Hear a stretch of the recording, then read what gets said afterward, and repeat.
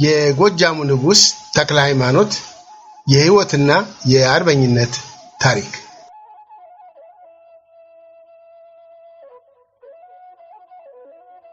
በአጼ ተክለ ጊዮርጊስ ዘመነ መንግስት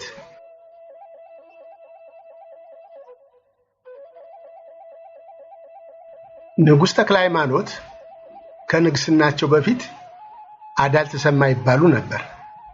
አባታቸው ንጉሥ ተሰማ ጎሹ በኢትዮጵያ አጼዎች ቁጥጥር ስር የነበሩ የጎጃም ገዢ ነበሩ። በዚህን ወቅት በጎጃም ያሉት ሌሎች የጎጃም ያገዛዙ ስርዓት መሳፍንቶች መሪነቱን ለመጨበጥ ፉክክር ጀመሩ።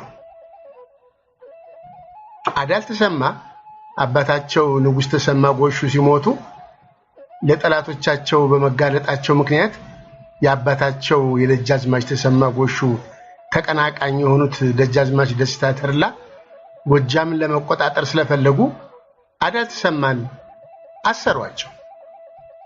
አዳል ተሰማም በእስር ቤት እያሉ እድሜያቸው እየጎለመሰ ሲሄድ ከእስር ቤት አምልጠው ጠፉ።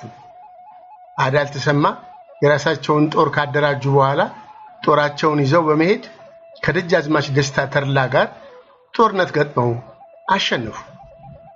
በኋላም አዳል ተሰማ በወቅቱ ንጉሠ ነገሥት ለነበሩት ለአጼ ተክለ ጊዮርጊስ ወይም ዋክሹም ጎበዜ ለመገበር ፈቃደኛ በመሆናቸው ተክለ ጊዮርጊስ አዳል ተሰማን የደጃዝማችነት ሹመት ሰጥተው የጎጃም ሹም አደረጓቸው። ተክለ ጊዮርጊስን አልፎ ተርፈው እህታቸውን ላቀች ገብረ መድኅንን ለደጃዝማች አዳል ተሰማ ዳሩላቸው።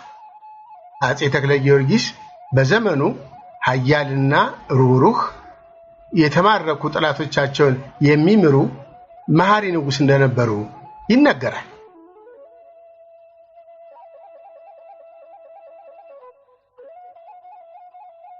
በንጉሠ ነገሥት ዮሐንስ አራተኛ ዘመነ መንግስት